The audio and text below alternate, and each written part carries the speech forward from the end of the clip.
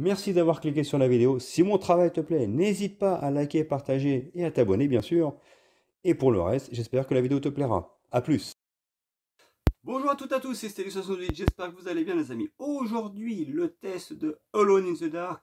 Et en faisant ce test, je peux juste vous dire que malheureusement, je voudrais encore remercier tous ces grands studios, tous ces corrompus, ces abrutis qui aujourd'hui, sous prétexte qu'un titre ne fait pas le chiffre espéré, on lui laisse pas de chance, on le radie direct et on le supprime. Parce que j'ai quand même un pincement au cœur en me disant que ce jeu qui a de réelle qualité, et que j'ai trouvé très très envoûtant sur bien des points, a tout simplement été supprimé. C'est-à-dire qu'après la sortie de Alone in the Dark, pièce interactive n'est plus. Le studio a été tout simplement supprimé. Et c'est dommage parce qu'on sent qu'il y avait quand même un réel talent chez ces concepteurs, chez ces passionnés du jeu vidéo qui ont fait ce titre, qui, je vous dis, est envoûtant parce qu'il a un vrai cachet, il a une vraie atmosphère, et lorsque j'y ai joué, j'ai eu l'impression de voyager. C'est vrai. Et franchement, ils ont réussi en partie de très belles choses. Alors le jeu n'est pas dénué de défauts, je vais vous en parler durant le test, mais dans l'ensemble, j'ai vécu une très belle aventure. Et franchement, il ne méritait pas de disparaître sur ce titre en l'occurrence, qui peut-être n'a pas eu le succès mérité, parce que pour moi, il méritait d'être beaucoup plus vendu. N'a pas eu le succès espéré par un studio, par plutôt des investisseurs. Mais aujourd'hui, c'est trop facile. On te donne un objectif. Si tu n'as pas ton objectif, on va pas se faire chier. C'est bon, c'est supprimé. Ce monde part en vrille. Alors, c'est pas depuis maintenant, il y a toujours eu des entreprises qui ont été supprimées, mais là je trouve que c'est beaucoup trop visible. Peut-être effectivement dû aussi à Internet qui aujourd'hui relaie vite les informations. Mais aujourd'hui, force est de constater que dans le gaming, il y a une vraie maladie, c'est que beaucoup de studios ferment sans qu'on leur laisse réellement la chance de prouver leur valeur. Alors qu'il y a certains studios qui sont là, alors qu'ils font de la merde. Pour être honnête, par exemple, excusez-moi, les Call of Duty, ça pue la merde, c'est toujours la même chose. Sauf que vu que ça se vend, parce qu'il y a beaucoup de noobs, ou beaucoup de personnes, attention, qui sont fans, qui veulent se poser sur le canapé et jouer en ligne sur Call of Duty, on va dire que dans la masse, les jeux se vendent malgré tout, bien que, en tant que qualité, ça reste des jeux assez moyens, soyons honnêtes. Les derniers Call of Duty, c'est une catastrophe. Voilà, c'est ça qui m'agace. Il y a des studios qui ont du talent, qui ont peut-être besoin d'un petit boost, avec peut-être un peu plus de budget pour qu'ils puissent faire ce qu'ils veulent. Et tu as des studios qui restent sur leurs acquis, qui ne foutent rien, et qui en fait sont toujours là. Ouais, c'est assez étrange. Ce monde part en vrille. Et ouais, je vous fais ce test avec un peu d'amertume, parce que c'est un vrai titre qui m'a plu. Franchement, qui m'a plu, et je vais vous expliquer en détail pourquoi. Et puis ça me fait chier que Pièce Interactive aujourd'hui n'existe plus, parce que ils avaient de quoi nous créer une suite vraiment très intéressante. Excusez-moi pour l'intro qui fut longue, mais il fallait que je le dise, parce que durant le test, je vais vraiment me concentrer sur le test du jeu, sans trop parler de ces problèmes extra, en dehors du jeu vidéo. Ce sont des problèmes d'interne, mais c'est quand même un gros problème qu'aujourd'hui, quand un studio sort un jeu, il a l'épée de Damoclès au-dessus de la tête. Voilà tout. Sur ce, c'est parti pour le test, cette fois-ci, d'Alone in the Dark.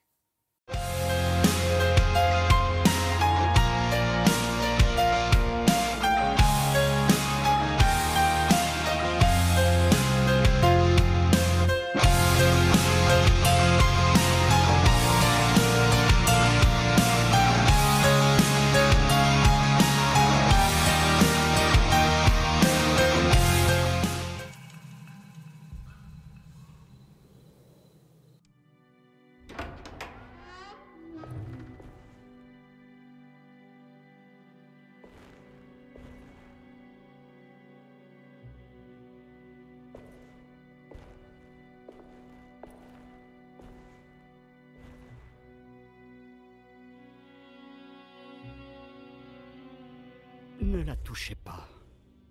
Jérémy. Qu'est-ce que vous faites ici? Tout le monde vous cherche. Je sais, tout ici est en proie au chaos. Personne ne comprend. J'essaie simplement de tenir le mal à distance, encore un peu plus longtemps. Il faut que vous reveniez avec moi.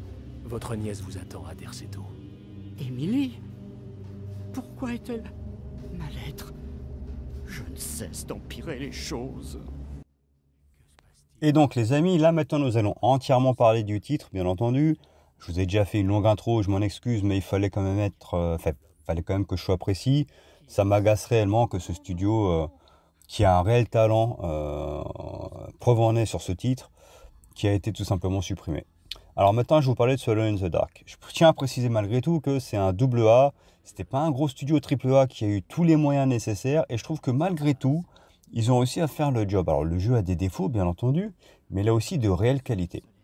Alors déjà, on va dire sur le plan technique, le jeu sans être exceptionnel, c'est vrai, on sent quand même la limitation du studio. Rappelons-le quand même, ils n'ont pas les moyens d'autres studios. Ils ont quand même réussi à faire le job. C'est-à-dire que peut-être qu'effectivement, sur le plan technique, le jeu n'est pas une grosse claque, mais je trouve qu'il a un vrai cachet. Ils ont créé une vraie direction artistique, ce qui fait qu'en fait, le jeu, visuellement, je le trouve très joli. Il nous transporte. Et c'est ça le but d'un jeu vidéo, c'est de nous transporter, de nous faire vivre une aventure. Et sur ce point-là, réellement, hein, PS Interactive a fait ce qu'il fallait pour nous transporter et nous immerger avec des beaux effets d'éclairage. Et voilà, la direction artistique prend le pas sur la technique qui, sans être horrible, attention, hein, mais on sent quand même les limitations du studio. Notamment sur les animations qui sont assez rigides, assez lentes, c'est vrai. Je pense que le rythme lent est quand même voulu afin de nous faire vivre cette aventure façon Survival Horror à l'ancienne, avec le fait de courir, mais enfin, plus trottiner que courir, le fait que le personnage se déplace lentement. Je pense que c'est fait exprès pour instaurer une ambiance. Même si pour moi, ça aurait pu être un peu plus rapide. Mais au final, c'est vrai que j'arrive à comprendre ce que voulait réaliser le studio. Donc en fait, on s'y fait. Et puis au final, je trouve que pour instaurer une ambiance, ils ont fait plus ou moins ce qu'il fallait. Voilà tout. Ensuite, qu'est-ce que je voulais dire d'autre? Voilà, les visages. Les visages, c'est vrai qu'ils sont inexpressifs. Alors, on reconnaît David Harbour, bien sûr, héros de Stranger Things. Mais on sent que, voilà, pareil, les limitations du studio. On sent que la motion capture a été présente. On voit les personnages qui sont ressemblants, mais ils sont inexpressifs. Les yeux sont vitreux. Ça manque d'expression du visage. Pareil, les limitations du studio se font sentir. Mais au final, on s'en accommode. Voilà. Après, je vous dis, les animations sont rigides aussi. Et vous allez me dire, mais quelle est la force de ce titre? Eh bien, j'y viens. Je vais continuer sur les défauts. Les gunfights, c'est vraiment le point négatif du jeu. Le jeu n'a pas été pensé pour être un titre d'action. Et ça se voit. Alors oui, il y a de l'action façon Resident Evil 2 ou Resident Evil 3 Remake. Mais on sent que ça n'a pas vraiment été pensé pour ça. Le personnage est assez mou. Dans sa manière de se mouvoir, je vous l'ai déjà dit, mais également la visée. Lorsqu'on a un ennemi, lorsqu'on vise, on lock un ennemi, qu'on vise un ennemi avec le pistolet, on a vraiment tendance à ne pas avoir l'impression d'avoir de pistolet. On ressent pas cet impact. Je trouve que l'arme est assez molle dans la manière de tirer. On a l'impression d'avoir un pistolet en mousse. Et même le fait qu'il n'y ait pas la localisation en fait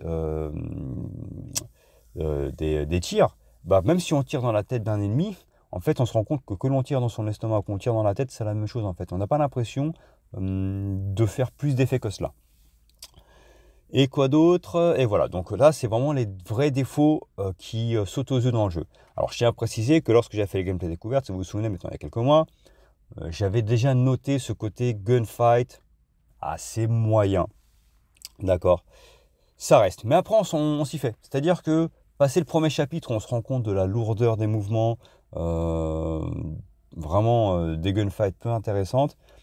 Durant le jeu, on s'y fait après et on arrive à anticiper lorsqu'un ennemi est là pour réussir à nous en sortir. Mais ce qui fait que ce jeu vraiment est très bon, et pour moi, je vous dis, j'ai été transporté, c'est le reste. Il a une ambiance générale incroyable. Il a un scénario déjà extrêmement intéressant.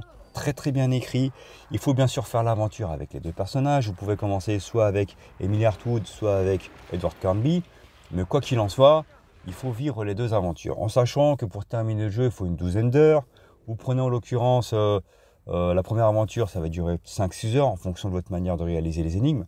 Et vous allez avoir le scénario alternatif avec Emily. Alors dans l'ensemble, on fait quand même la même chose, sauf qu'on est parfois dans des endroits différents. Donc ça va clairement approfondir le scénario et on va clairement comprendre où voulait en venir le studio. Donc c'est plutôt très très intéressant. J'ai trouvé ça vraiment excellent. Ensuite, nous allons revenir sur, je vous ai dit, la DA qui vraiment nous fait voyager. Et ben c'est aussi le point fort du jeu. Cette atmosphère, cette ambiance, cette musique un peu groovy qui nous ramène aux années 20. Et on a un mélange des genres dans ce titre. Quand je vous dis que ce jeu est transportant, est envoûtant, c'est le cas. On a un hub central qui est du coup le manoir d'Erceto. Et au fur et à mesure que l'on avance, on doit résoudre des énigmes qui sont ma foi très intéressantes. Je trouve que c'est ça qui est bien. Le jeu, c'est pour ça qu'il a un rythme lent. Posé, il faut trouver des énigmes, il faut trouver quoi faire. Ce qui nous permet d'accéder à certaines pièces. Tu trouves une clé, tu arrives dans certaines pièces. Tu fais ça, ça te permet de pouvoir accéder à tel endroit.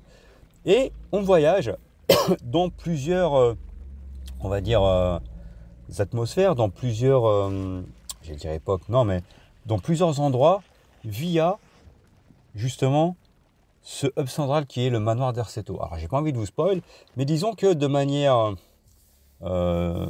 assez maligne, justement, je trouve que le titre nous fait voyager sans trop nous poser de questions. C'est-à-dire qu'on se dit, en fait, c'est dans le délire du jeu, on s'y fait. Voilà, on se laisse transporter, on va voir où ça va nous mener. C'est-à-dire qu'on est dans un manoir, on passe à travers une lentille. La lentille nous amène justement, je sais pas, j'ai pas envie de trop spoil, mais on va arriver dans un port maritime. D'un coup, on va arriver, on va dire, dans une sorte de bayou à la Nouvelle-Orléans. Du coup, on va arriver carrément dans une pyramide. Et ce mélange de genres fait merveille. J'ai trouvé ça vraiment excellent. Dans le sens où, justement, dans ce jeu, on a l'impression de voyager et du coup, on est pris dedans. Parce que ce titre mélange habilement Voodoo, mélange habilement Survival Horror, un peu de, on va dire, Indiana Jones au niveau des énigmes. Et ce qui fait qu'en fait, on n'a pas envie de lâcher la manette, qu'on a envie de savoir ce qui se passe. On ne comprend rien, mais on a envie de comprendre ce qui se passe. Et au final, scénaristiquement, c'est très intéressant. On trouve pas mal de manuscrits par-ci par-là, pas mal de livres qui nous en apprennent plus sur le scénario, avec des petits clins d'œil au précédent opus. Donc je trouve que c'est pareil, PC Interactive, on sent qu'ils ont travaillé avec le cœur, qu'ils sont passionnés d'Alone in the Dark, qu'ils ont vraiment voulu flatter les fans, leur faire plaisir. Et je trouve qu'il n'y a pas eu de juste retour des choses au sein de ce studio qui, pour moi, est un studio passionné qui réellement connaît Alone in the Dark sur le bout des ongles. Et ce titre méritait plus de succès. Je vous ai dit, je vous ai énuméré les défauts, mais franchement, son ambiance de folie, son OST, le fait d'être envoûtant, transportant des énigmes intéressantes, fait qu'en fait, ce jeu, pour moi, a de réelles qualités. Bien sûr, je n'occulte pas les défauts, mais au final, les défauts sont gommés par rapport à tout ce qu'on le ressent, par rapport à cette aventure. Je vous dis, le premier chapitre, on s'attarde sur ces gunfights en disant putain, c'est naze. Et après, en fait, on le sait. Donc, on sait que c'est pas le point fort du jeu, mais il y a autre chose qui fait que ce jeu est intéressant. Après, oui, j'ai eu certains bugs aussi où par exemple, le personnage se bloque dans le décor. Ça arrivait aussi. Ça m'est arrivé 2 fois. D'accord ? C'est pas non plus quelque chose qui m'a sorti du jeu. Je vous le dis, moi, j'ai fini l'aventure avec Edward Kernby. J'ai commencé par Edward. Et en fait, j'ai enchaîné ensuite avec Emily.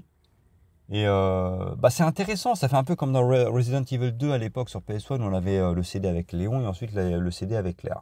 Ça fait pareil en fait. Il faut juste faire les 2 aventures pour réellement comprendre tout ce qui se passe. J'ai trouvé que c'était très intéressant.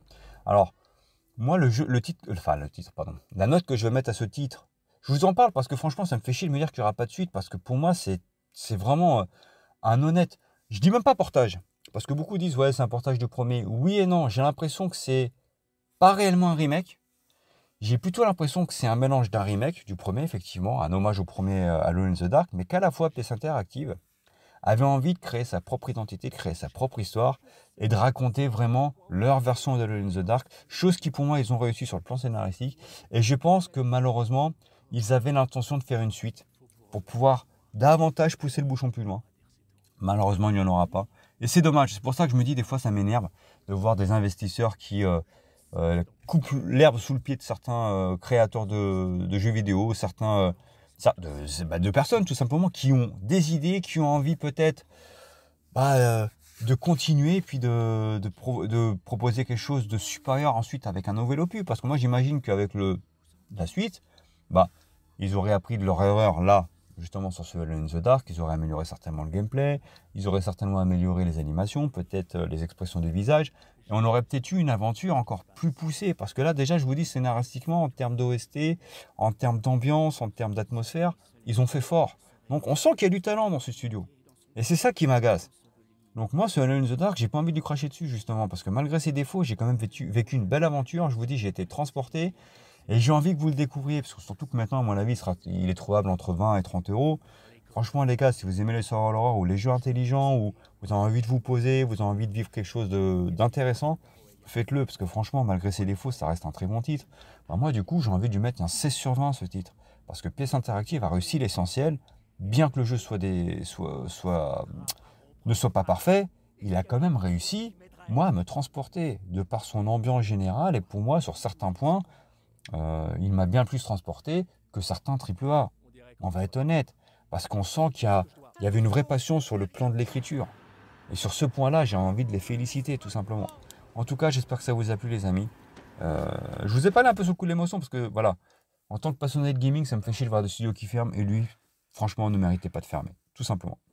Sur ce, j'espère que ça vous a plu. Likez, partagez, abonnez-vous. Ciao, ciao.